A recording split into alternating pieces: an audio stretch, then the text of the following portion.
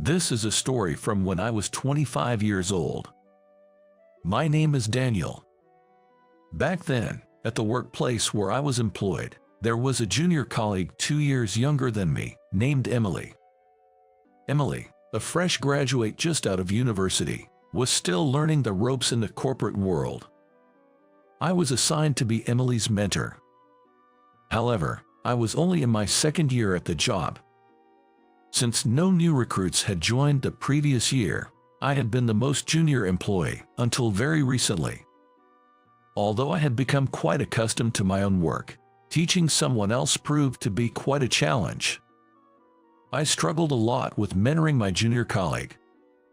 Moreover, Emily was a rather outspoken junior.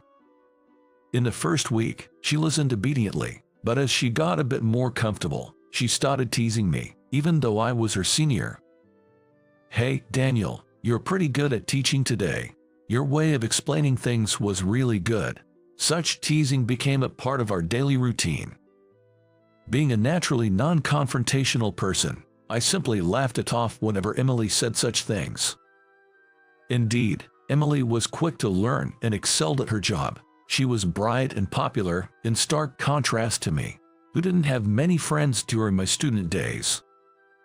Her charismatic personality made her a well-liked figure in the office, even with her outspokenness. Honestly, I found someone as savvy as Emily quite difficult to handle. "Daniel, do you want to grab dinner after this?" We often ended up working late at the office, just the two of us, to finish tasks to the next day. Each time, Emily would invite me like that. "I'll pass if I'm tired today." I always declined with such flimsy excuses. While someone as outgoing as Emily might find it easy to go for impromptu drinks with the boss, I found the idea of dining with coworkers tiring, especially if it was with Emily. However, there came a time when our company organized a drinking party. It was practically mandatory for everyone to attend, so I had no choice but to go. While my colleagues were whooping it up, I was off to the side, quietly enjoying my barbecue alone.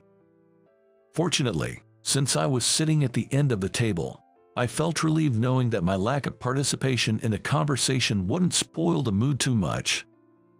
Little did I know, that was a naive assumption. "Daniel, you're not drinking much, are you?" Emily took a seat next to me. "Geez."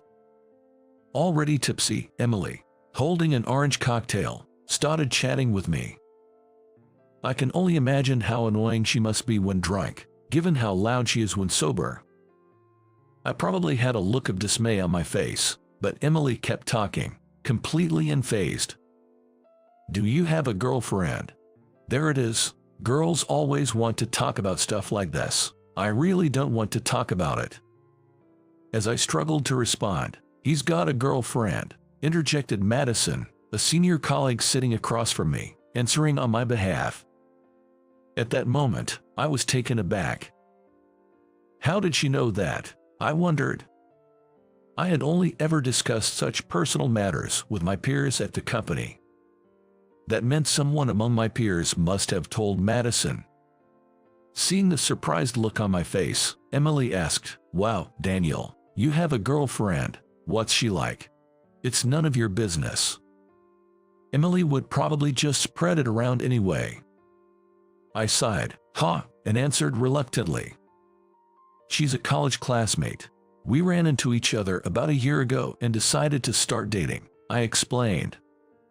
Hearing this, Emily looked at me with a smirk and said, "Oh, really?" Feeling somewhat mocked, I decided to ask her in return. "What about you, then?" She sighed deeply and answered, "I have someone too." Her expression seemed far removed from her usual cheerful demeanor. I was curious about why she looked that way, but just then, Emily received a phone call and had to step away. "She's like a whirlwind," I thought, taking a moment to breathe.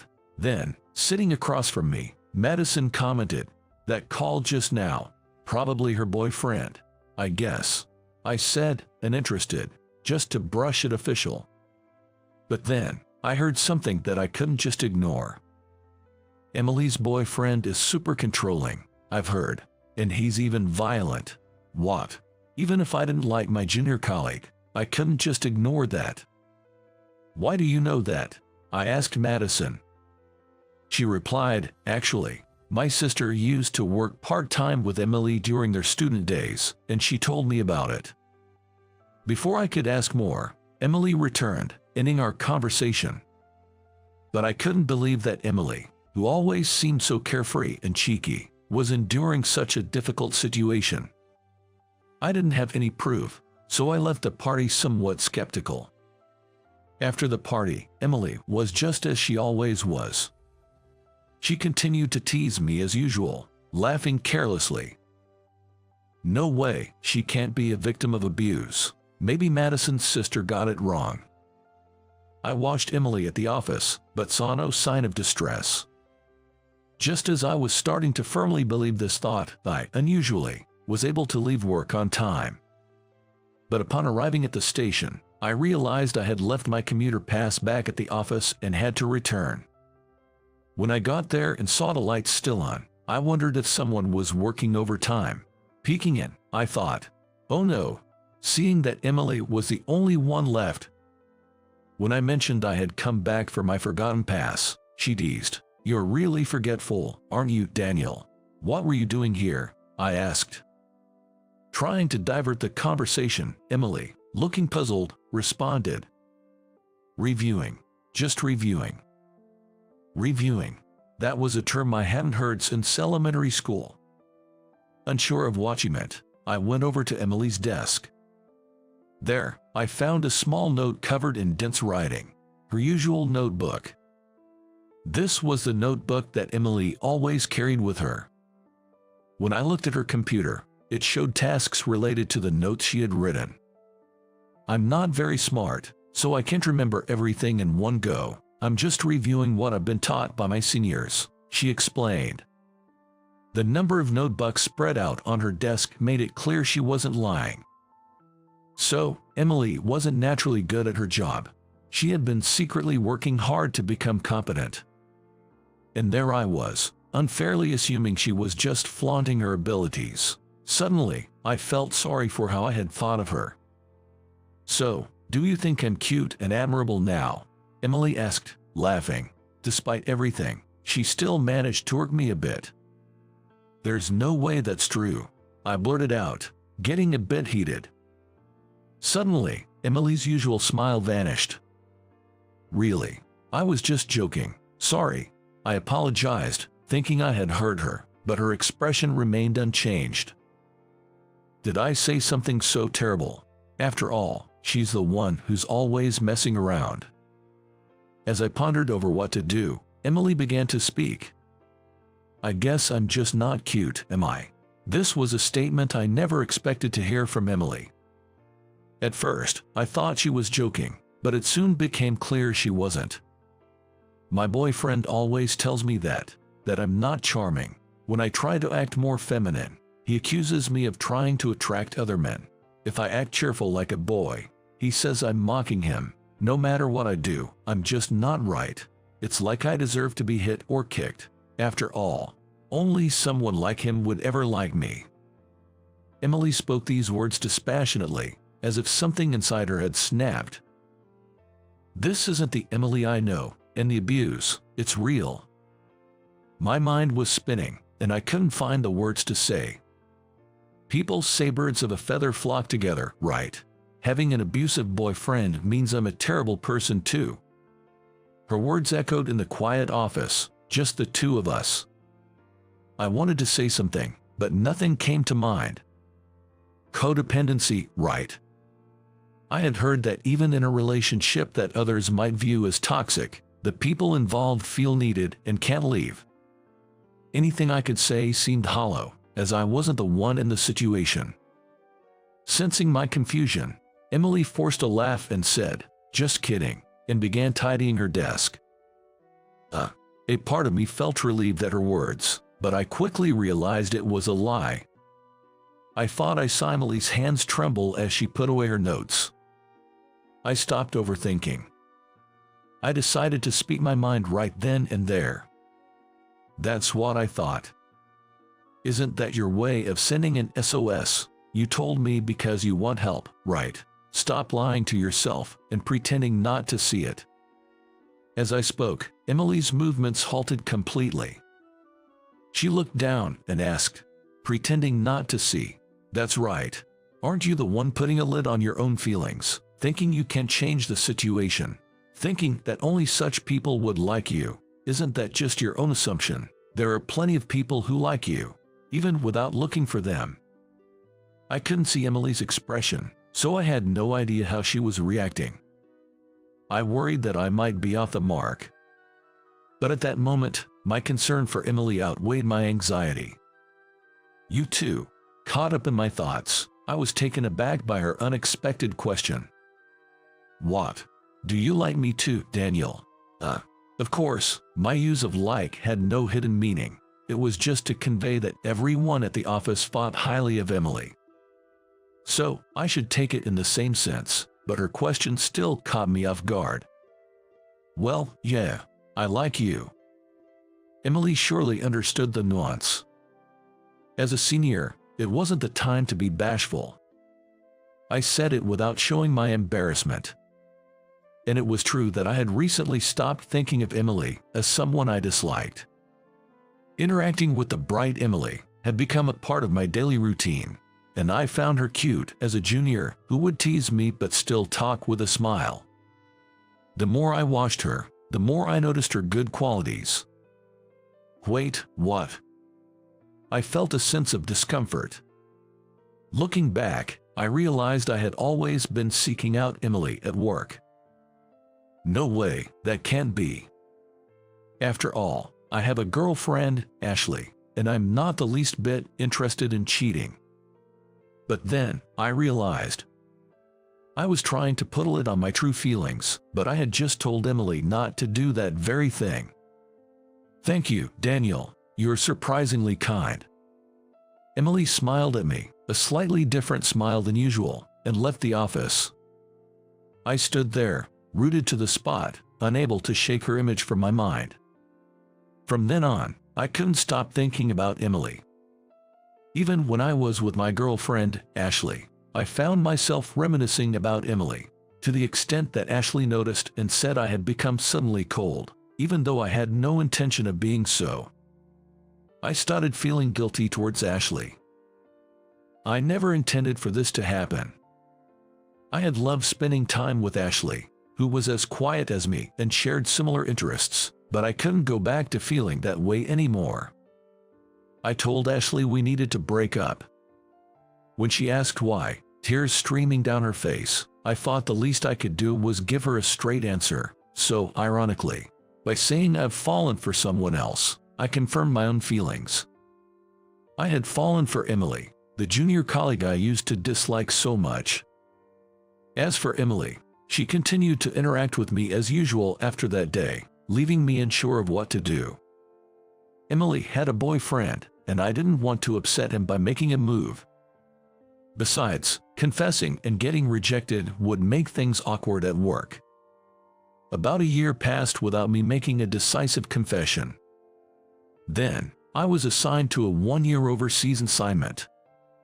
This was an honorable opportunity, something I had aimed for since joining the company.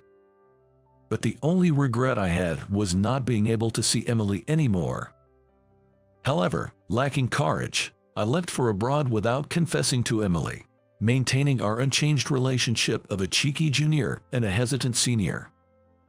On the day of departure, I headed to the airport alone. But when I arrived at the airport lobby, I saw Emily there. "Why are you here?" I blurted out in surprise. "Can't I be here?" Emily retorted with a slight pout and a deliberately annoying expression. "It's not that you can't be here." I was actually delighted. Extremely delighted. But even in such a moment, I couldn't express myself properly and ended up with a half-hearted response. "Without you, Daniel, I'll have no one to tease. It'll be boring. I'll miss having a cheeky junior like you too." Even at the very end, I found myself saying such things. "Can't I just say thank you for coming?" Despite my feelings, time was ticking closer to my flight. Well then, I should go. As I stood up from my chair, Emily, with her usual bright smile, said, "Safe travels." The moment I saw that smile, I was overwhelmed with an indescribable sense of affection. I couldn't bear the thought of not seeing that smile anymore. I wondered if she had broken up with her boyfriend, if she was no longer in pain. There were still so many things I didn't know about her, even though she was right in front of me, but if I could protect her with my own hands. I felt like I had finally uncovered the true feelings I had been hiding deep in my heart. With that realization, I couldn't hold back any longer and blurted out, "I like you." Emily's eyes widened in surprise. If Emily feels the same way, if she still feels the same after a year, I hope she'll be waiting here for me.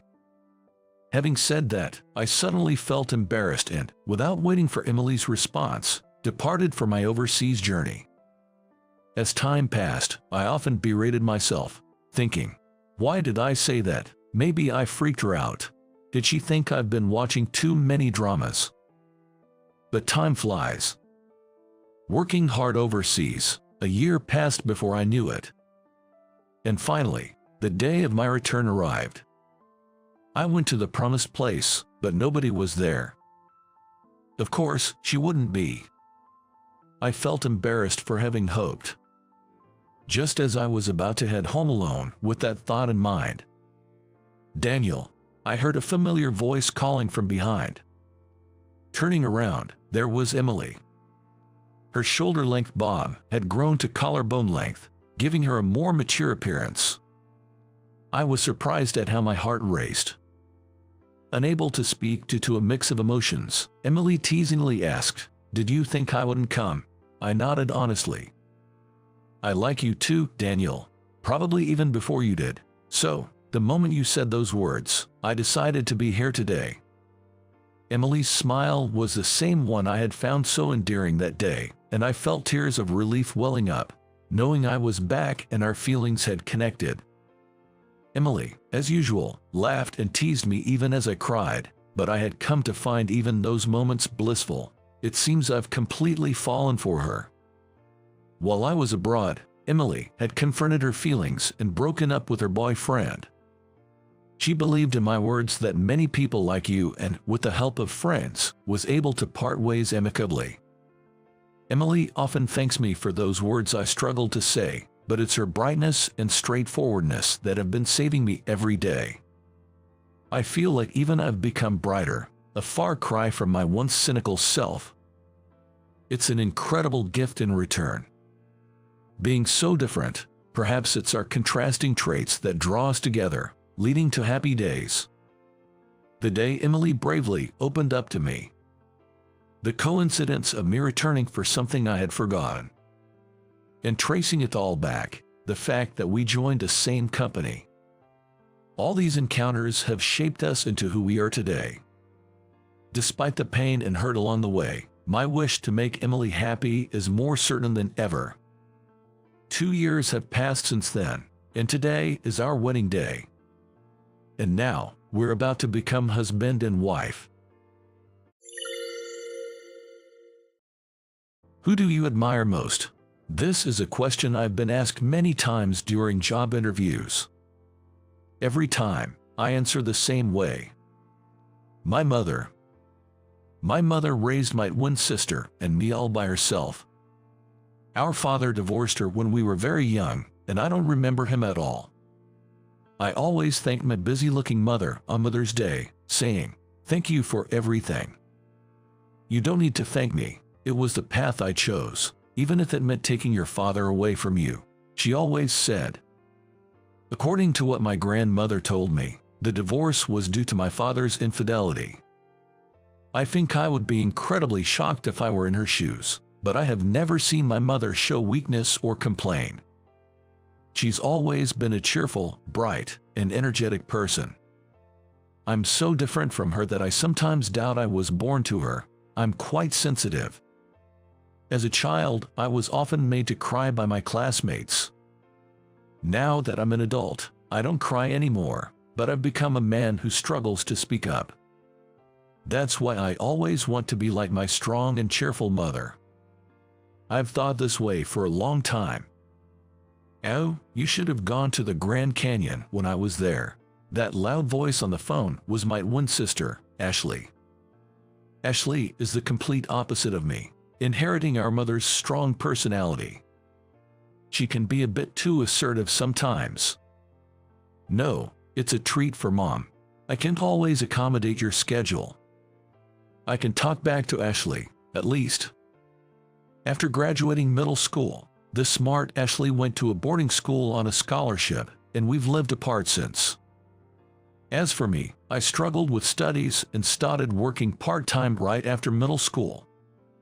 But recently, seeing everyone my age graduating from university, I decided to start job hunting. Finding a job as a high school dropout wasn't easy, but after about a year of balancing part-time work and job hunting, I finally got a job. With my first paycheck, I decided to take my mother to the Grand Canyon. Ashley, having graduated from high school, now works at an apparel shop in New York. Waiting for her to come home could mean waiting forever.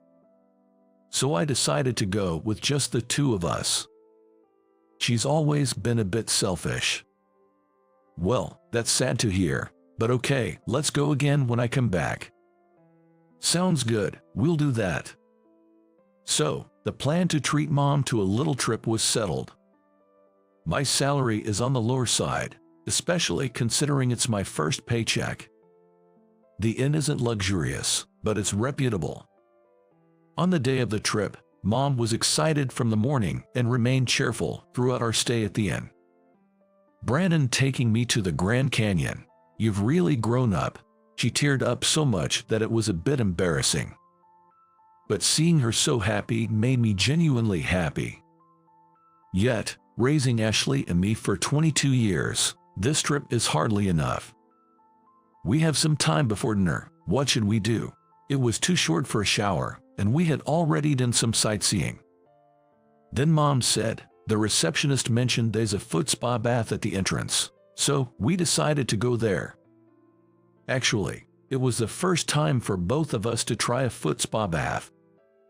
It was cold outside, and I wondered if just soaking our feet would really warm us up. I was skeptical. But once we tried it, it was as if all my doubts were a lie. The foot bath was truly wonderful. "It's so warm, almost too hot." My mother said this, fluttering her hands in front of her face. Yeah, it's surprising. I also felt quite warmed up and very comfortable.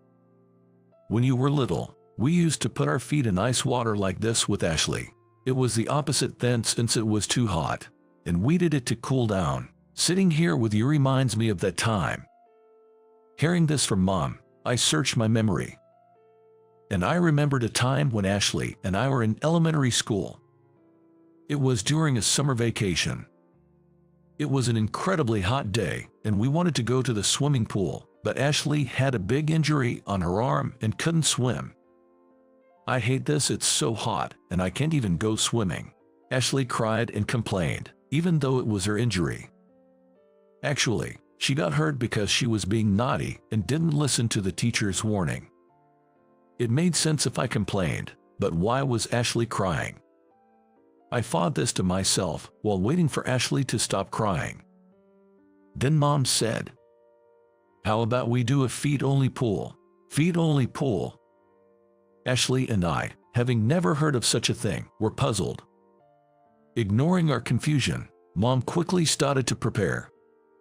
She filled wash basins and buckets, any large container she could find, with cold water and placed them on the balcony. Then she set up chairs in front of them and said with a smile, "Here you go. Really? Can we cool off just by dipping our feet?" Despite her skepticism, Ashley was the first to plunge her feet into the bucket. Then she began to frolic, exclaiming, "Yikes, it's cold." Seeing this, I too sat next to her and cautiously dipped my feet into another wash basin. It was pleasantly cold and felt really good. But since it was a hot summer, the water quickly warmed up, so we had to change it several times from the bathroom, but we still managed to cool off, and our first feet-only pool was a lot of fun. I had forgotten about it until now. Recalling my childhood, I realized that even though we didn't have much money, Mom always found ways to create fun memories for us. Yeah, I remember that. How nostalgic. As I said this, Mom smiled happily. Our fun memories are just as precious to Mom as they are to us. I felt reassured thinking about that. Thanks to the foot bath, not only did my body warm up, but my heart did too. It was at that moment I heard giggling from next to me. At first, I tried to ignore it, but after hearing the next words, I couldn't help but look their way. Man, that's such a poor-sounding episode. Haha. Hey, stop that, haha. The man spoke, and the woman tried to stop him, but she too seemed to be laughing. I wasn't sure, but it seemed like they were talking about us. It's not like strangers have any right to mock us. Me, being the timid type, just looked at their faces in surprise. I recognized them immediately and remembered who they were. Mike. I accidentally said his name out loud, and he looked surprised at first, then laughed even louder. He was Mike, a classmate from elementary to middle school. He always targeted me for being timid and tearful. He always pointed out my shortcomings, calling me poor or dumb, my least favorite classmate. I never wanted to see him again. I should have pretended not to know him, but the words just slipped out. It seemed like Mike hadn't realized it was me he was mocking. That in itself is questionable. Who is that? Someone you know? The woman with Mike asked him that. Then, I feel like I've seen him before, but who was it again? I was shocked to hear that. To me, Mike was almost like a trauma, having caused me so much pain. I remembered his name immediately, even after nearly 10 years. Yet, to him, I was so insignificant that he couldn't even remember my name. Him remembering wouldn't heal my past wounds or change anything. But the fact that I remembered so vividly while he didn't, made me feel frustrated and sad. And I also wondered what my mother, standing behind me, was thinking. I felt guilty for making her experience this during our supposed filial trip. Even as an adult, I couldn't stand up for myself. Seeing my silence as an opportunity, Mike continued his taunts. Now I remember, you were the guy who got bullied. Didn't go to high school, right? A middle school dropout from a single-parent poor family. That's what people said. Middle school dropout, single-parent poor family. It hurt to hear that, but it was all true. But what's wrong with that? Why should it be laughed at and ridiculed? Others might see it as miserable, but I've done my best. I wish I could say that back to him, but I couldn't find the words.